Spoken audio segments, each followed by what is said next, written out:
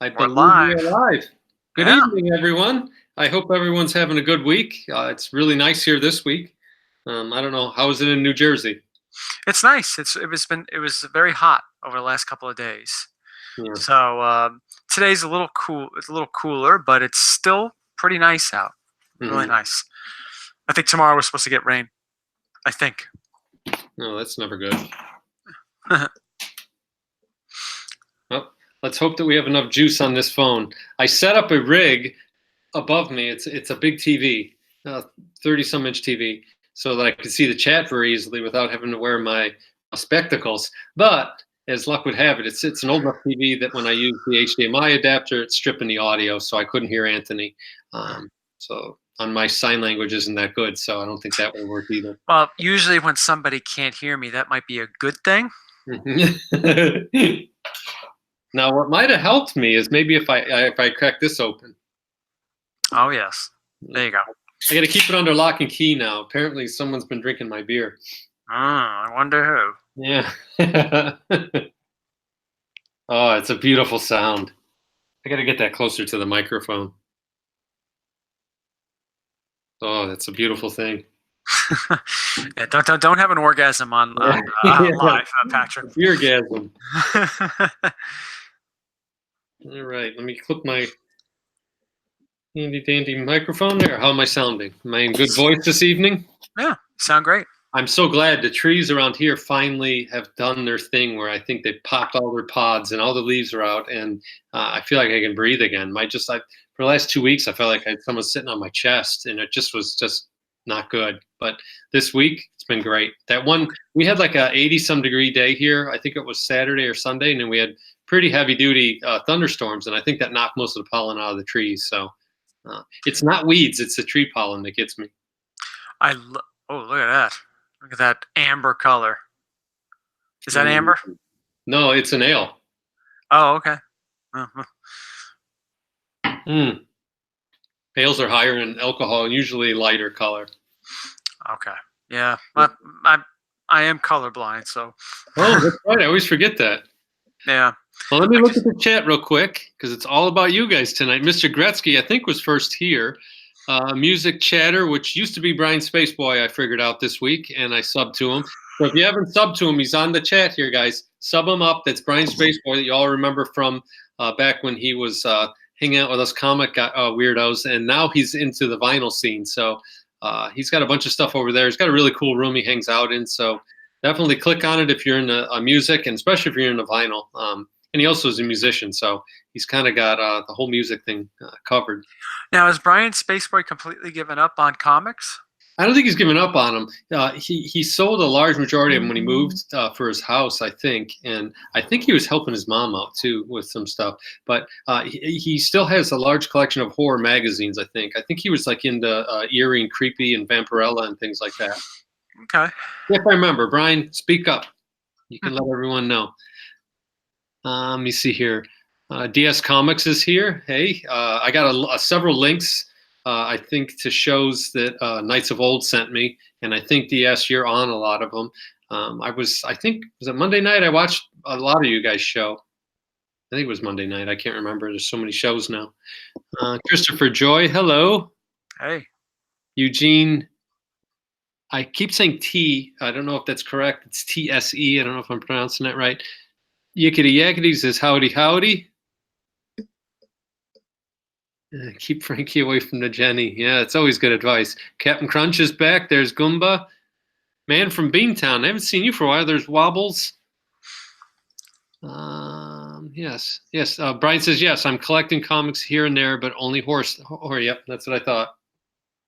He likes the horrors. Well, you put it that way.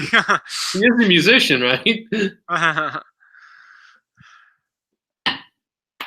Oh my goodness, that's delicious. Warzone Spider, hey. I saw Warzone Spider. Was it on something else? I'm trying to remember why that name stuck in my head. Eugene says, close enough, Patrick. T is pronounced C. Oh, all right. Eugene C. Got it. Oh, there's a whole bunch of questions in there already. Oh. Excellent. Let's get at it. So last week, Alan from After Comics sent me some questions, and I didn't check the email right before I came on, so I missed them. So I have some questions from him. I have one here from Knights of Old, and he's not on yet, so I know he's on West Coast time, so I can wait a little while to answer his, so maybe I can catch him. I kind of remembered, I thought that Evan had asked a question. It was a Golden Age question, and I don't think we got to it because it was right at the tail end. But I looked through the chat again and I couldn't find it. So I don't know if if it didn't make it or he retracted it or whatever. But Evan, if you're on, feel free, obviously, to ask more questions. He had some interesting Golden Age questions last week. And then we have a question from CGC Mike, which is kind of an in-depth question. And I think it's going to cause a lot of discussion amongst you and I. So whichever ones you want to go first. You want to do Alan's first? Yeah, let's do Alan's. They're good icebreakers, let's say. All right. Does your spouse and or children know the value of your collection? I'll let you go first. My wife knows that some of the books are valuable. She knows my Amazing Fantasy is my Hulk. Yeah. But she doesn't really know too much about anything else.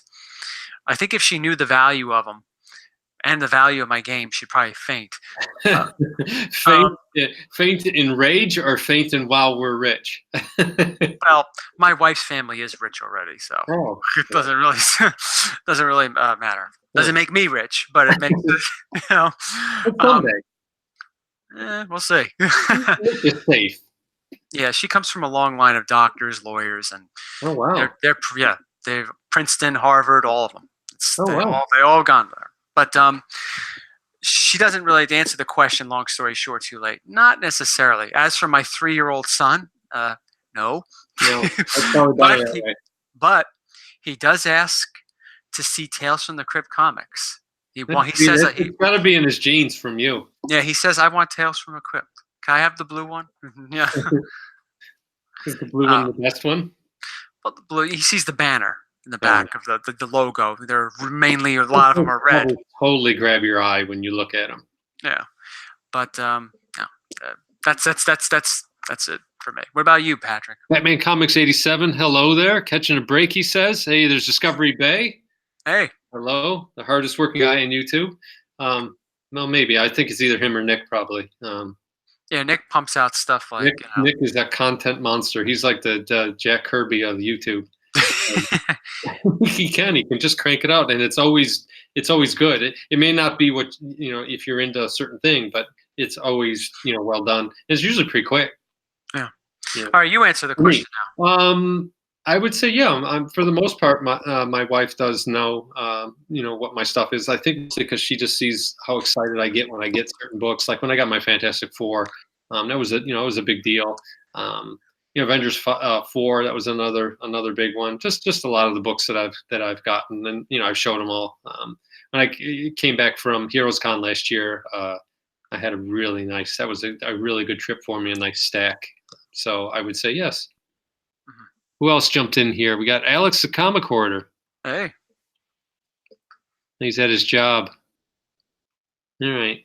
Well, you got to put priorities, Alex. Yeah, you got to tune in at 7 o'clock. The YouTube comic community takes precedence. Yeah. You got another question from Alan? That was a pretty good question. It was. Does the public, friends, family, coworkers know how serious your hobby is? You go this time. I would say yes. A lot of people that I'm friends with in my family actually watch the channel. Even though, other than my brother, really none of them are into comic books. They just, someone just like to see me because they know me. But a lot of my nieces and nephews watch the channel, and some of them are in school, and they let their friends know about the channel, and they don't have anything to do with comics, but they still like to watch them. So I would say yes. Most of my family does. I mean, I've been collecting since 1974. So I always get, I had a surprise 50th birthday party this year, and I got a lot of comic book themed gifts, which is awesome. That's cool. So yes. For me, my mother-in-law she really likes it. As for my sister has sort of an interest in it.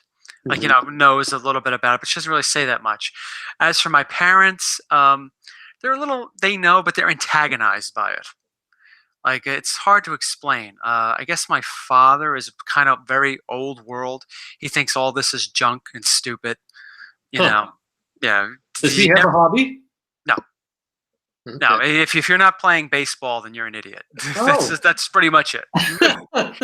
You're not an athlete or something like that. He's not going to give you the time of day. Wow.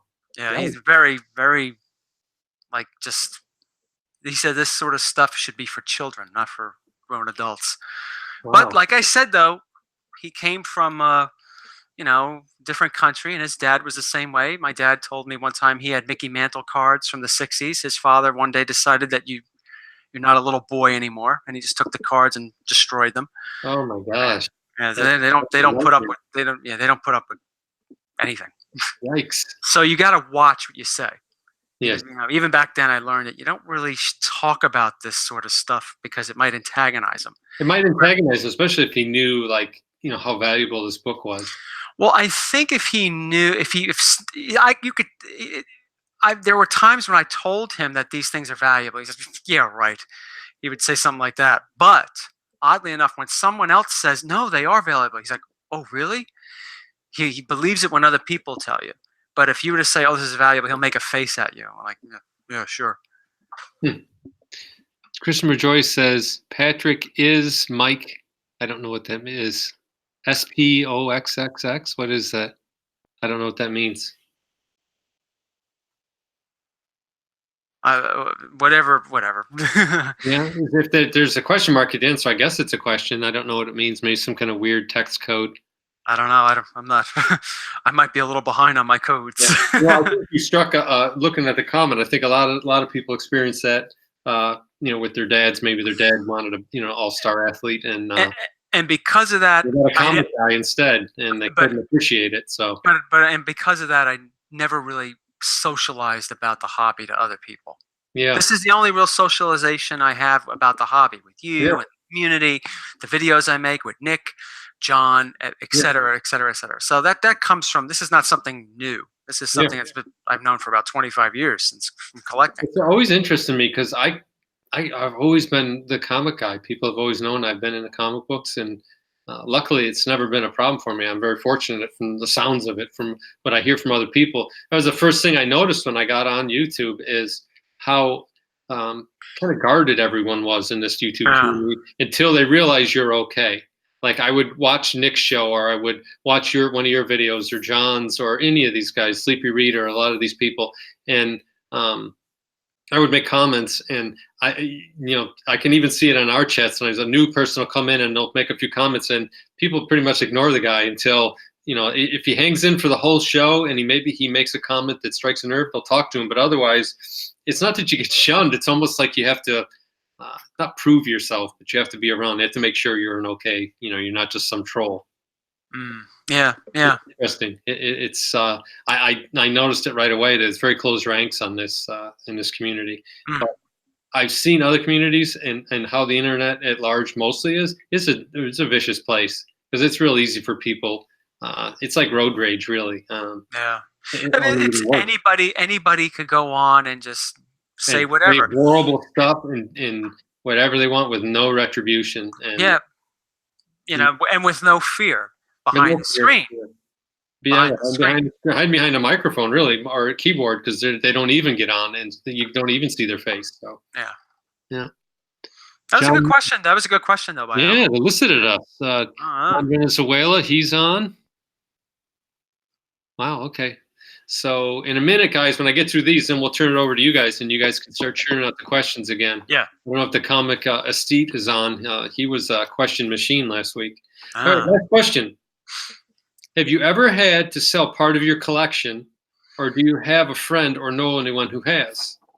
I'll let you go first because I know the answer to that is for you. Have I ever had to sell part of my collection? Yeah. I've sold some books to get Amazing Fantasy 15, which I thought was totally worth it. Yeah. But I've never had to sell a book to pay a bill. Yeah, me neither.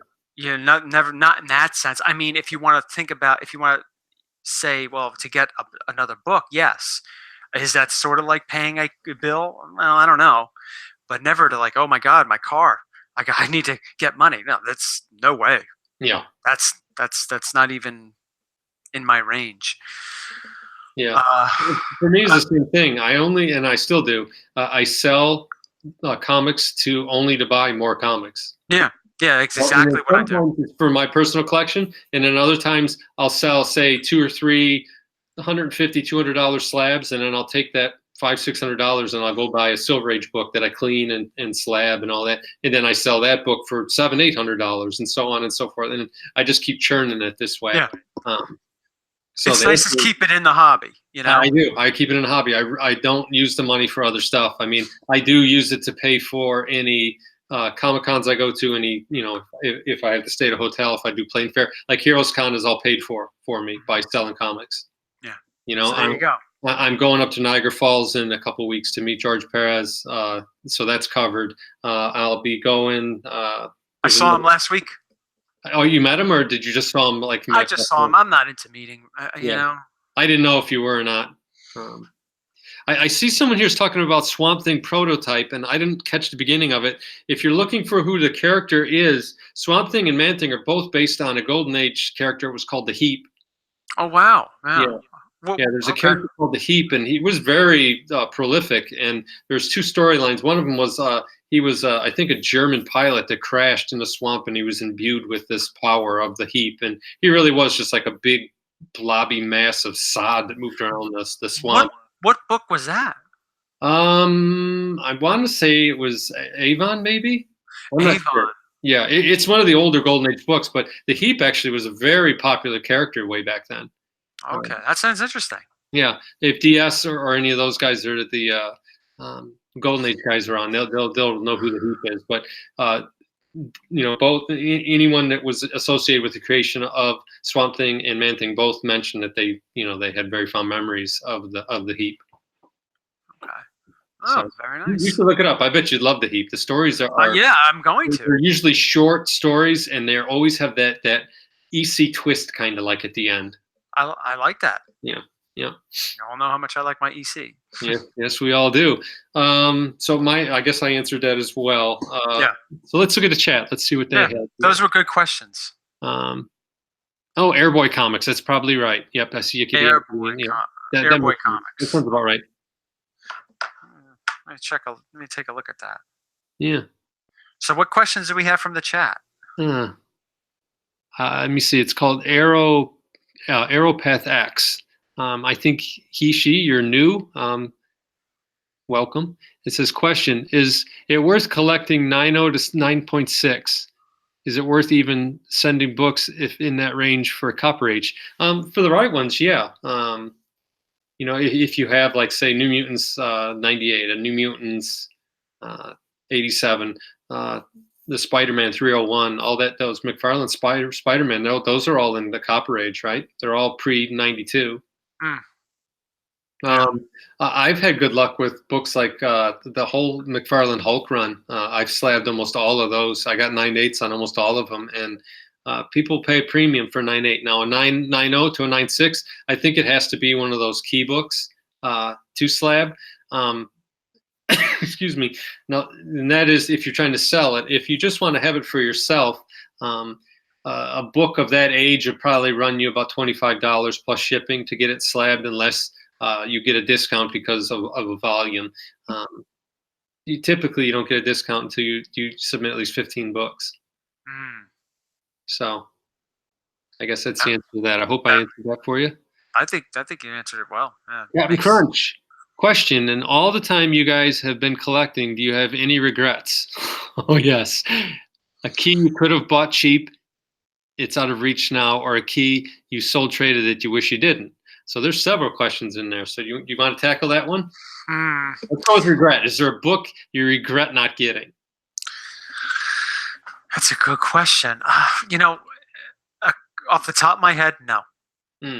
There's nothing that really bothers me that says, oh God, I wish I got that when I could. I talked about this briefly. It was in Heroes Con last year. Well, yeah, I know. Yeah, I know. But nothing comes to mind. I'm sure there's something small if I really thought about it. Mm-hmm. Might be something, but right off the top of my head, no. And that tells me that it's nothing that I really missed. Raising my kids, that's something I always told them that I found is when you get older, you don't really regret the things you did as much as you regret the things you didn't do. Mm. What if I had done this? What if I had tried that? Yeah, you feel bad about like you broke a window or you took a candy bar, something like that. But you feel infinitely worse about the things you didn't even try. So it didn't happen. Lost opportunity. Yeah. I had a chance of buying an X-Men #1. It was back in the late '80s. I was a college kid. He wanted $20 for it. Oh God! I know it was probably a 3.5, and I went right past it, and I bought the Batman books. It was I think that's where I got the Beast. The KG Beast. Yeah, I got the series from him. So I spent $20 getting those 7, 8 books, whatever that run was, instead of getting X-Men #1 because it was a 3.5. It was just kind of gross. So I didn't get it. That one bothered me. I did a video on the guy that he raised peacocks. Yeah. In the attic, and that one son of a gun, I call him the cherry picker. He beat me to probably 10 different comic honey holes within like a 3-year span. And every time he would grab the Silver Age books, and he would just grab the whole brick, open his briefcase, hand the guy money, and walk out the door. And I'm like, God dang it, he beat me again. He's like the Man in Black. Yeah. You find out where they're... He had a little bit of gray in his temples, and this is back 30 years ago, so he's probably not even with us anymore. Nick tells a story about he said that one of the books that he regretted was not getting, I guess, All-Star 8. He could have got a 4.0, but he was like, ooh, 4.0? No. I know. And you don't think of it at the time. You're like, ooh, that's like dirty. Like you want to go wash your hands after you touched it. Yeah, like, oh my God, I can't have that next to my 9.0 X-Men #1. Yeah. But then it's like, oh God. Yeah, what did I do? What did I do? So let me answer the rest of his question. A key you would have bought cheap. Yeah, okay, I guess we did. Traded, wish you hadn't. No, one good trade I made. I traded, I forget what it was. I want to say it was some Marvel Tales reprints to this guy for my Werewolf by Night 32. That's how I got that book. And he just traded it straight up to me. And to me, these were books I didn't care about, And he just was a huge Spider-Man fan, and it was the only Werewolf by Night comic he had in his whole collection. So that was a great trade for me. Nothing on my end for that. All right. Let me see here. Man from Beantown asked earlier, said, what were your favorite things about Heroes Con? You want to go first on that? Meeting you. Again. Oh, excellent. Yeah, that was fun. Me, you, and Mike together was great. Especially when we would go hunting together, because now we had 6 eyes on stuff, and our interests are different, and our knowledge bases are so different that it was just, Mike's like an encyclopedia, walking around with. So that's great to know. And between the 3 of us, I think we have a pretty good knowledge of books and value and things like that. So yeah, it's just that I just can't make it this year. It's too much going on. I know. My wife's 40th birthday is the week before. My 10-year anniversary is a month later.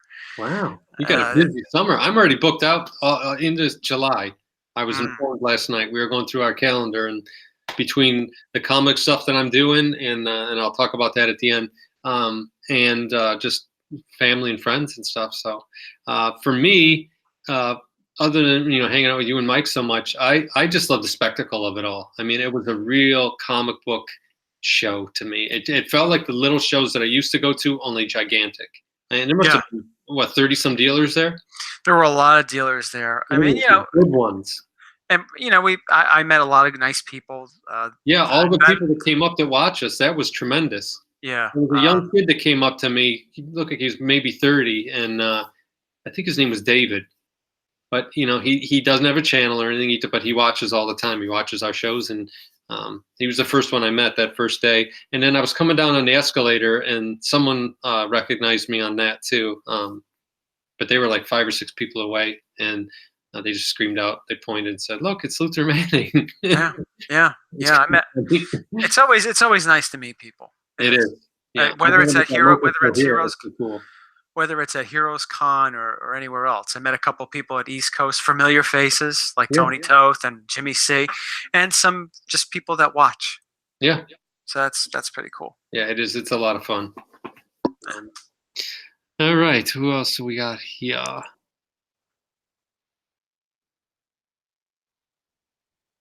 Yeah.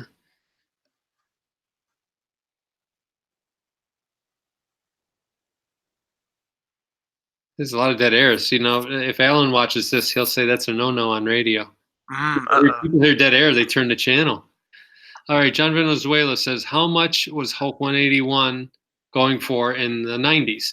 That was, it's always been a fairly hot book, but not like it is now. I mean, you could get, I'd say probably a 7.0 for less than $500 back then. Yeah, I purchased mine back in '94 for $180. Yeah, you get really a nice copy for less than $400 or $500. So yeah, it's amazing. I mean, knowing what you know now, I mean, obviously we didn't know, but it was popular, but it wasn't like that. Thanos was like $30. Yeah. 25, $30. And I can remember Silver Age books, most dealers just kept them in boxes under the table. I mean, they wouldn't even put them out. Most people, unless someone asked for them, they didn't even bother with it. All the little conventions that I went to back in the early 90s, and granted, they were in little like hotels and stuff like that. I don't remember seeing any ECs. No. And I think about when in the 70s, the late 70s and early 80s, when I was really, really into it, that wasn't that long ago. Silver Age wasn't that long ago. So those books weren't that big a deal. If you think of books now that are 10, 15 years old, they really don't garner much interest. And that's how it was back then. It was the same thing. It just slid along. Yeah. Now everybody wants them, Although Golden Age, obviously, it seems like that you have this 10, 15-year window, but stuff that's really old, once it goes through that, it becomes valuable again. Yeah. It's kind of like how fashion keeps coming around. Like, I see people wearing bell bottoms now. And I remember that when I was a little kid, low-waisted pants and bell bottoms. That was the thing when I was a little kid. I have some horrifying pictures of myself that I'll share sometime. Oh, there goes the rest of that beer. Oh, we're a half hour in, and you're. I'm knocking it down. All right, here. You need another one. Give me another question. No more questions. All right, we're going to go to Mike's question. Let's go to Mike. So he has a little bit of a primer, I guess you'd call it. It says, question for you guys tonight. Kimiko Primer? Yes, Kimiko. It's weird. I didn't realize people pronounce it like it. That sounds Japanese to me when you say Kimiko. I always called it Kamiko.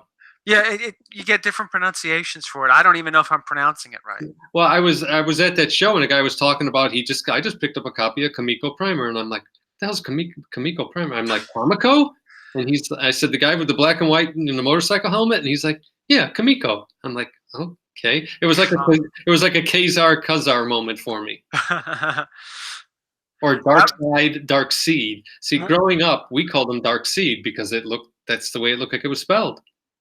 When I first got into the hobby, back into the hobby, I wanted to get First Grendel because I remember back in the 90s hearing about him and the crossover he had with Batman. I was like, oh, this is one character that I would like to get into. And I went, trying to figure out how to pronounce the actual title. I'm like, yeah. There's some writers like that too, like Bill Sienkiewicz or Sienkiewicz, or I can remember. There's so many names out there floating around for that guy. I'm sure now it is Sienkiewicz, but everyone always called it Sienkiewicz. I think Sienkiewicz, something like that. Or Doug Munch, or Mo Ench. I've heard people say there's a lot of guys like that out there. Or Herb Trempy. I always called him Herb Tremp. I didn't know that you pronounce the E at the end. Yeah. Until he died, then I heard people saying, "Oh, Herb Trempy died," and I'm like, "Oh, who?" I butchered his name for 40 years. Sorry, man." All right. So, what's Mike's question? All right, here we go. It seems like comic shops are more and more accessible now, but it wasn't that way always. You may have spent years scratching around at drugstores, grocery stores, and even bookstores looking for comic books. When you eventually found a dedicated LCS, what was your impression? And do you remember? And then he had a follow-up with it later that said, were you like Cheech and Chong or were you like Charlie Bucket? And Charlie Bucket's from Charlie and the Chocolate Factory. So. You go. All right. I was full on Charlie Bucket. I was mesmerized. It was Empire Comics, probably would have been summer of 1975. And my experience with comics before was local drugstores. Occasionally, there was a place called Worldwide News when I was a kid that had some had a lot of comic books in it, but it was way up on the road that we never went to, which really was a 20-minute ride, but we never went there that often. So when I walked into Empire Comics for the first time and I saw these boxes full of comic books, and just there was comics everywhere, and there was posters of comic book characters up, and they had those the blacklight posters up. It was euphoric for me. And there was other people there buying comic books with spiral notebooks with all their numbers, and they were crossing numbers off. And it was like everything you would have imagined it would be, in the smell. When you walked into an old comic shop back then, they all had that gross spunky carpet in them, but just the smell of the comic books in the air, because back then a lot of books weren't in bags. So they were, the smell of the paper slowly decaying just went into the air. But I can remember it. If I close my eyes, it was like it was yesterday. I remember the first time I went to Empire Comics. It was unbelievable. And I can remember I would do anything I could to make as much money as I could, and then try to get anyone in any of my relatives that lived in the neighborhood to take me there. Yeah. For me, the first really big LCS was in Woodbridge Mall. It was a place called Heroes World. It was in a corner of the mall, and I remember going in there. Although it was small, it had 2 levels. They built it where there's like this staircase that goes up to the other level where you have all the long boxes and books on the walls and all that stuff that you could get into. It had a very steampunk sort of look. Yeah. To this. It sounds like the library scene in League of Extraordinary Gentlemen. Yeah, this was early 90s, early grunge era type, music scene, and it had that feel, like something like that. And it was just so mesmerizing for me. I enjoyed it very much, and that's where I got my Vengeance of Bane #1. That's where I collected my Tales from the Crypt reprints. I remember going there. That's when I first found out that there was something called the Vault of Horror and Haunt of Fear. I knew what Tales from the Crypt was, but I didn't know what the hell those other 2 were. I was like, whoa, this guy's not on the HBO show. And so then shortly thereafter, you found the British movies of those? Yeah, it was right around that time. Yeah. It was very shortly after I saw the show. And then within that year, I forget, it was on maybe Channel 9 or whatever up here, or Channel 11, Tales from the Crypt. And then WOR? Yeah. And then they played the Vault of Horror. I'm like, whoa. And it was cool because when I first started watching the show, when I first started collecting the comics, rather, I was looking into the comics to see if I would find a familiar episode from HBO. And the early days when I was collecting, I didn't see them. When I saw the movies, the Amicus films, I was watching them. I was like, hey, I know what that one is. I know what that one is. I know what that one is. I was able to identify them very quickly. And those British versions are very faithful to the source material. Very faithful. What they did differently than the source material, most of them was that they gave the protagonist an antagonist edge to him or her. So you wouldn't feel sympathetic to him. Like, right. Like, and through, like, example, and All Through the House, the woman kills her husband, and then the maniac. Well, that's the way it was in the comic. She was a bad person. But when you watch Vault of Horror, Midnight Mess, the guy kills his sister because he wants the inheritance. That didn't happen in the comic. He was just visiting. They had to make him a bad guy. Yeah, they had to make him a bad guy because so you didn't feel bad when she murdered him. Yeah, I mean, he was just visiting his sister and wanted to go out to eat one night, and it turns out that the place is run by vampires. And she says, what's the one where the guy freaks out about the wife doesn't have spaghetti sauce up in the cupboard? Oh, The Neat Job. He was really like that in the comic. He was actually, it was a little different, but he would, the last panels of that, it was in Shock Suspense Stories #1. You get a close up of his face, and he's just screaming at her, "Can't you do anything neatly? Can't you do anything neatly?" And sort of like in the movie, but that he was really antagonistic. Yeah. Yeah. Oh yeah. And I wanted him to get killed when I watched that. I think everybody did. I want to kill him right now, actually. But that was a comedic the guy in the store. I'm going to go find the actual actor and murder him. Well, Terry Thomas, I think he was a comedic actor. Yeah. And he played that part very well. He did. It made you hate him. The distinguished English gentleman that just such a. Oh yeah, he just wanted to take something and knock his teeth down his throat. But that was another joke. His teeth. He was famous for having that big gap between his teeth. Yeah. Whatever that condition's called. Let me see here. Hey, Tech Kid showed up. Hey man. Hey. Captain Crunch. Oh yeah, Dreamland. I've heard of that place. And one more thing about Terry Thomas, the actor. I don't know if anybody watched the Disney. It was a Disney movie back in the early '70s called Robin Hood. Disney did an adaptation of Robin Hood, where Robin Hood was a fox, and Little John was. Oh no, yeah, I saw that. Yeah, the animated one. Well, Terry Thomas was the voice of the Cobra in it. He was with King John. King John had he had his little servant, which was I think a cobra or a snake or whatever it was, and that was the voice. And they gave the snake the 2 teeth that had the big gap between it, just like the actor. So that was just a little side note about him. Yeah. Huh. Well, we have another one here from the Model Vault. I don't recognize that, so welcome. It says, when did you start buying doubles of new books? Late Bronze or early Copper? I assume Uncanny, X-Men, Burn stuff. I would say it was the late 80s, and it wasn't just new stuff, though. I started realizing when it was Wizard that really, I think, started me double buying books, double, triple, quadrupling. I mean, in some cases, I bought 10 copies of things or more. I think Spawn, I think I have 20 copies of Spawn. So I think that's what drove that behavior. And, I helped cause the collapse in the 90s because once, you tried to sell that stuff that you bought and, people wouldn't even give you $1 for it, then you stopped buying. And, companies like Image and Marvel and DC that were just pumping out millions per title and only selling 200,000, they got into financial trouble quickly. Yeah.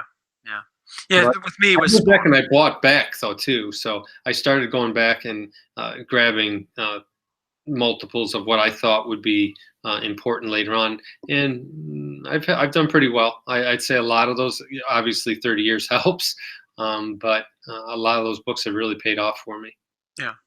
Yeah, same here. I started getting multiples back then of Spawn whenever I would find them, and of course, many years later, when I would go see them in dollar bins, I just picked them up, and that's why I got like 1 million Spawn 1s and Spawn 2s, and I have like duplicates of all those. I mean, and I try to get duplicates of some of the other books that are, better than Spawn too. Yeah. No, yeah. That's right around. He's right. That's right around the time I started doing it, and I really attribute it to Wizard more than anything because I used to read Wizard like crazy.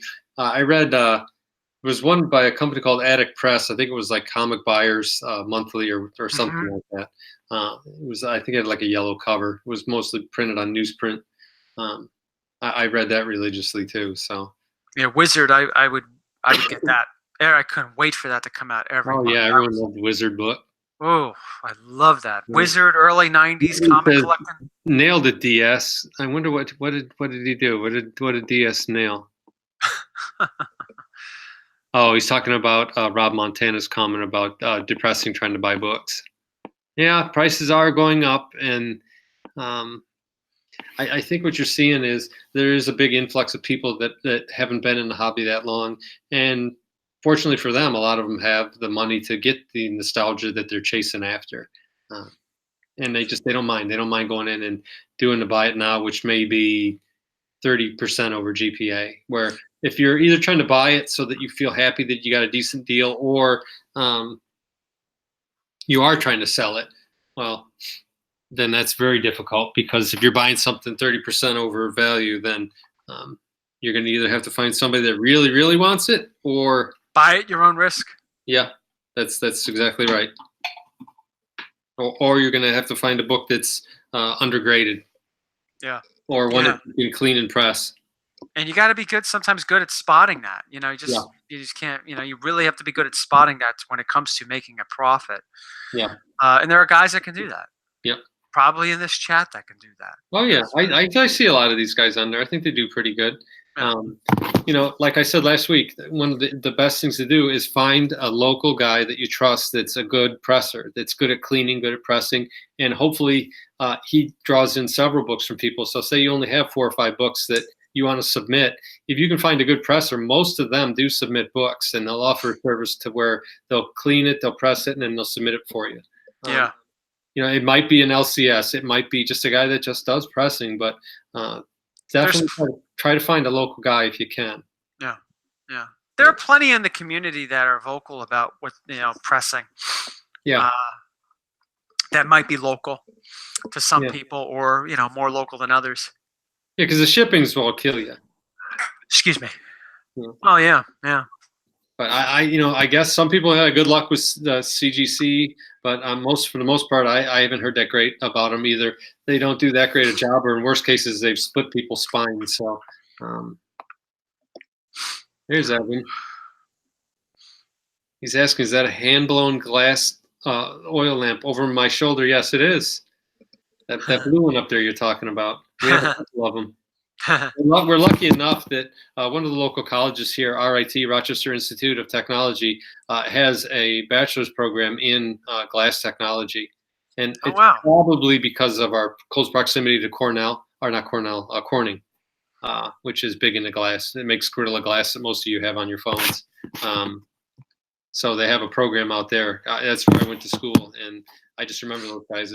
I thought they were crazy, sticking those big gobs of, molten glass, and they're blowing on it, and they're making these crazy things. So that's so cool, though. I like stuff like that. It is, and fortunately, we have a ton of these people here. So every festival you go to, you can get all kinds of really cool stuff like that. And other than comic books, I love antique stuff. I'm what I think antique collectors call smalls. I'm in the smalls. Like, I don't look for giant furniture. I like to go find smaller, like I like old hand tools or Matchbox cars, things like that. I like to grab. Oh, okay, cool. Really old stuff. So, well, yes, that is. Escoban. I remember him. Or her. I'm sorry. I always say him. I just automatically assume if you're in the comics, because I'd say 99% of the guys in the YouTube community are guys. So. I don't see any other questions. Is there another part to Mike's question? No, we answered it pretty much. Okay. There is. We have Knights of Old's question from last week that we didn't. answer. Well, we got about another 15 minutes, so we might as well. John Venezuela says, "Do you think Avengers 4 is going to go down in value?" I think any of the Avenger characters or Marvel characters that probably won't be in any films anytime soon. You are going to see a little bit of a reduction, but that is, I think, the Silver Age key books. I don't think are going to suffer as much from that. I think characters like Black Panther or anyone that was more of let's say a late Silver, early Bronze character. You're going to see maybe suffer. Black Panther's probably not that good because that is a deeply Silver Age character. But say like I don't know, any of these ones that came out in the Bronze Age, Luke Cage, any of the Netflix people. Oh yeah. For now, they fell off the face of the earth. I mean, the prices of those books. I think it's a great time to buy. If you want a Luke Cage, it's a great time to get it. If you want an Iron Fist, I think it's a great time to get it. So, yeah. No, I agree. If you're a big X-Men collector. Or a Fantastic Four collector, I would definitely say get those now, because you're going to get the movie bubble is going to push all those books up. I mean, even run-of-the-mill books, if you're just trying to fill your, say, Fantastic Four 1 to 102, Comic 84, used to be able to get number 84 at a decent price. That may have gone up 30-40%. And you got to be careful. Take a look at the Starjammers issues of X-Men. Yeah. If they are going to go cosmic, or introduce a hell of a lot more cosmic characters, you just don't know. Now, it's the sky's the limit.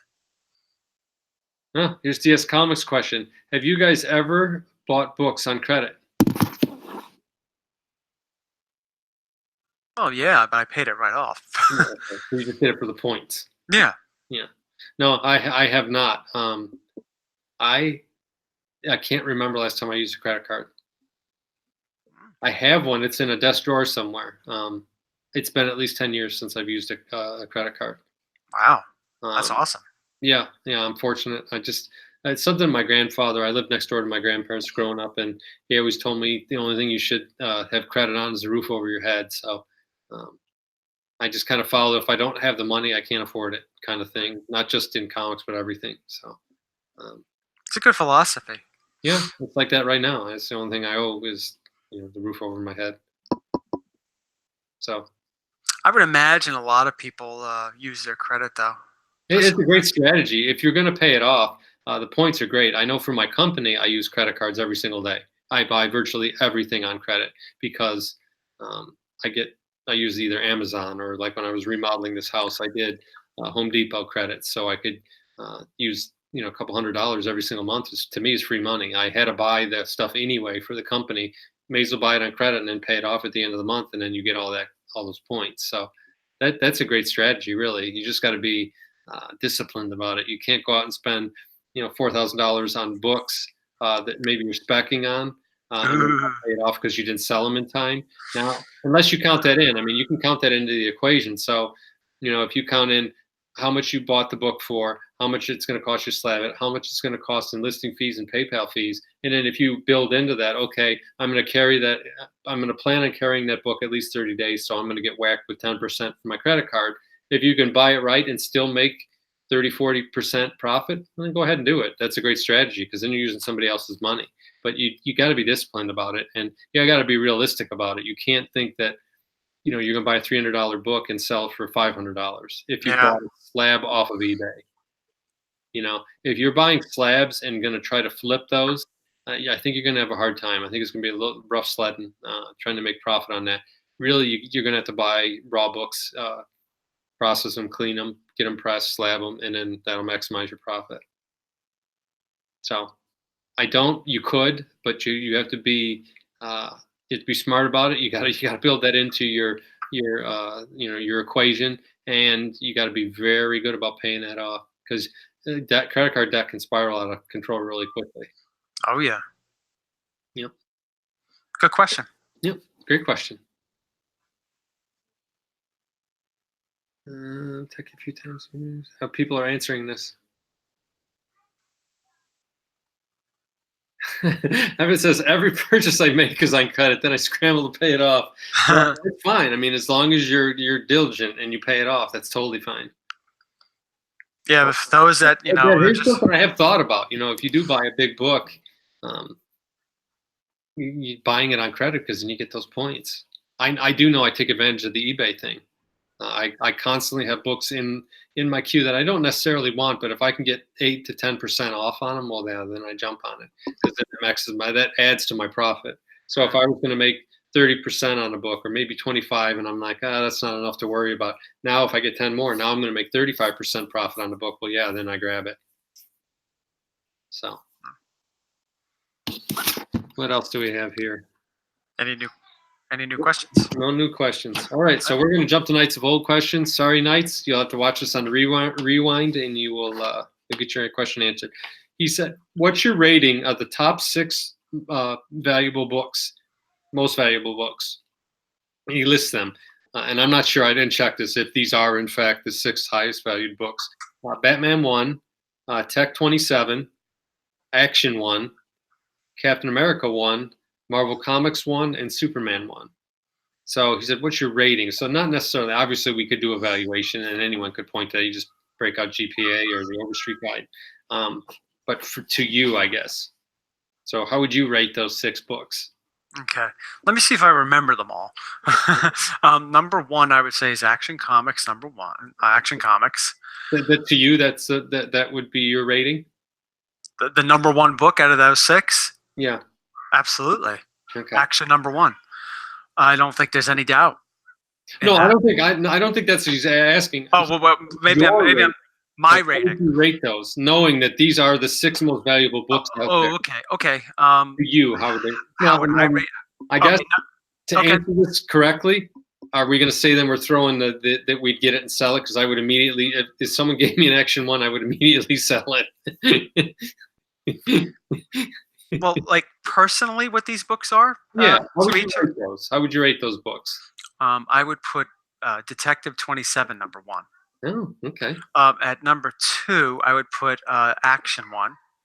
Number 3, I would put Batman number 1. Number 4, I'd put Captain America number 1. Number 5, I know Superman number 1's in there. What was the other one? Marvel Comics number 1. Marvel Comics number 1. And then I'd have Superman number 1 last. Oh, okay. I would put Superman 1. I'm going to go backwards. Okay. Superman 1, I would definitely put as last. Batman 1, right behind it, because to me those are second appearances. Then I would put. I would put Tech 27. Would be my number 4. 3. Yeah. Number four. You're right. You're right. I forgot. You're going backwards. Yeah. So I would be Superman, Batman, Tech 27. Then I would do Marvel number 1 as my 3. Cap is my number 2, and Action Comics number 1. Not because I'm a Superman fan, but just because of the significance of that book. Mm-hmm. That really got this whole thing going. I would like to think that this all would have still happened anyway, but I don't know that. I don't know that if Superman wasn't so widely enjoyed by so many people worldwide, I don't know that this hobby would have exploded and become what it is. It probably always would have been what it is. And I think World War II had a lot to do with the importance to this hobby as well. Well, he was the first superhero. There's no doubt about it. Yeah. I mean, before that, sure, there were characters. Yeah, they were mostly like Dick Tracy type guys. Dick Tracy type characters, and before that, you had like Little Nemo. And before that, you had the Yellow Kid, and all that other. The Phantom. Phantom, that's right. Phantom was around. Cool. He had such a violent thing too with that ring, where he'd punch people and leave the imprint on them. Super violent. I forgot all about it. And you had the strips like Flash Gordon and all that stuff, which was very popular. Yeah, but that's how I would rate those. And that's just my personal thing. I don't know where they come in value-wise. Obviously, Action Comics is the most valuable book out there. To me, Batman is very important to me. Yeah, that's why he would always be number 1. But Cap to me is very important, so that's why that would be number 2. I mean, I almost would have put that 1, just how much that means to me. Well, let's twist this question around now. Now let's rank. What do you think out of those books, out of the top books of all time, which we just named, number 1 to 6 best covers? Oh, Cap number 1 without a doubt for me. Not even a doubt. I'd put Action Comics way down the list. I think it's kind of a silly cover.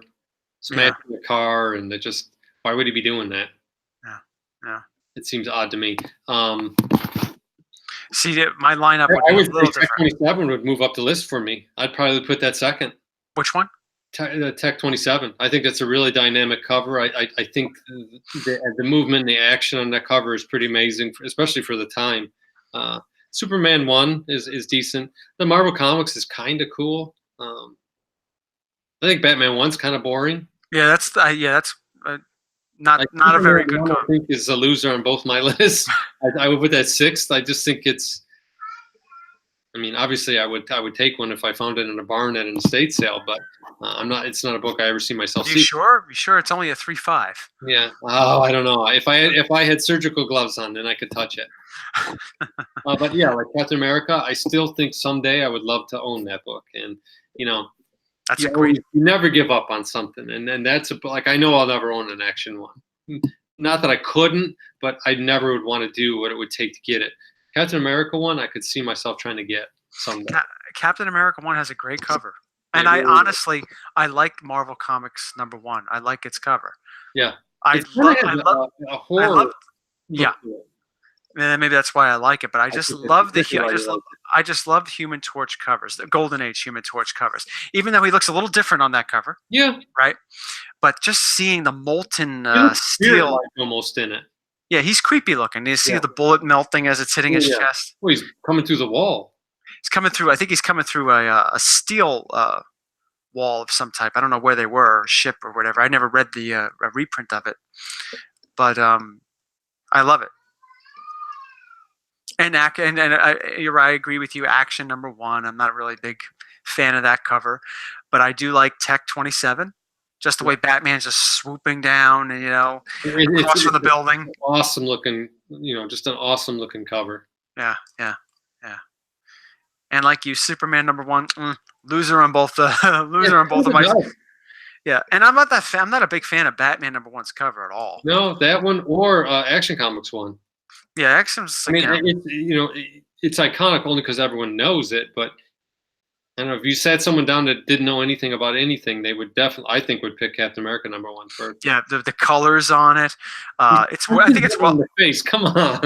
And that was before America committed to the war. Yeah, absolutely. So I mean, if you think about that, when they sat down and drew that was controversial for sure.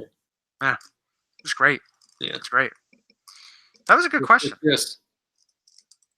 So we have like 4 minutes left. Is there any other? Oh, nice! You just showed up. We just answered your question. Yeah, Evan's got a couple long comments here. I have to read these.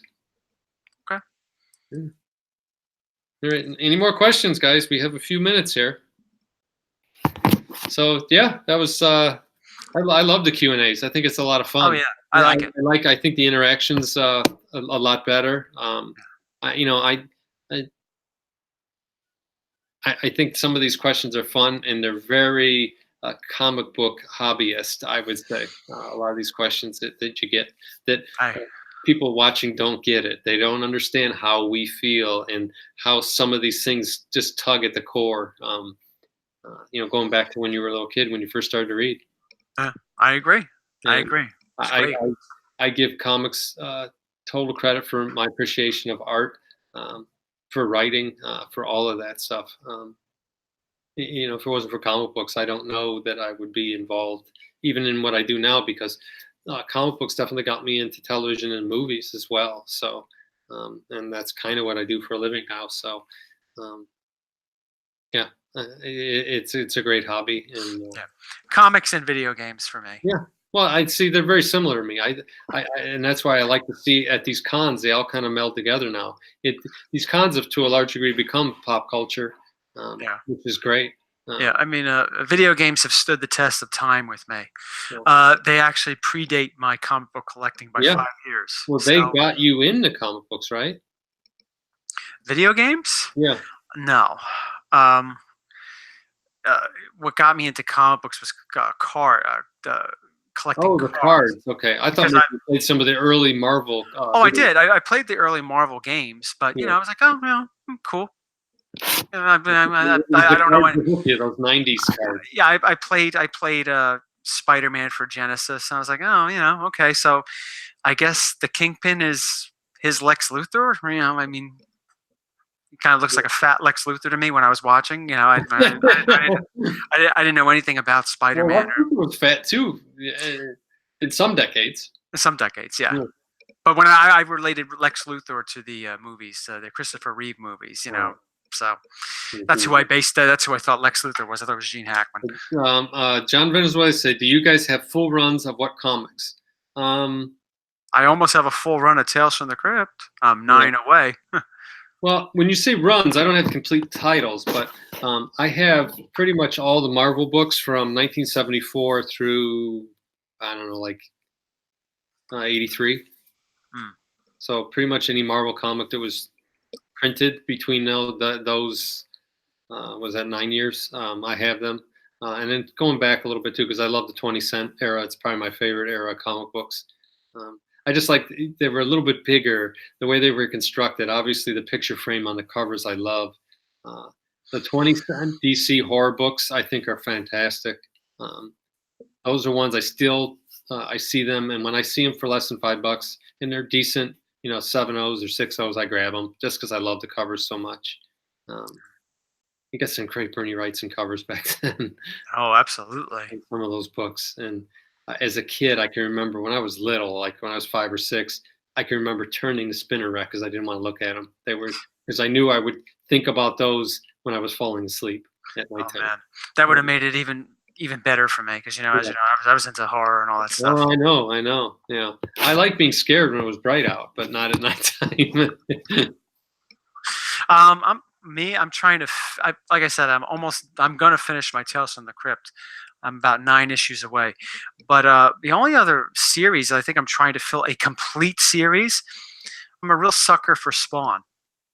Oh, yeah, I'm trying to get them.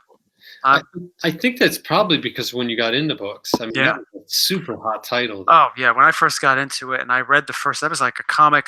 Hey, this is not like those X-Men books I'm reading or any of those Spider-Man, like with those stupid stories. Like, wow, this is. I mean, one of the main characters' name is the Violator. Yeah, but I'm reading it. It was just so adult oriented. Oh yeah. And like those first few issues, like, damn, it's dark, it's creepy, it's gross. Like this is like a tale. We lived in a damn alley. Yeah. You didn't have a house. You didn't have a base. It was so entrancing. Yeah. No, I agree. Well, the show went by quickly.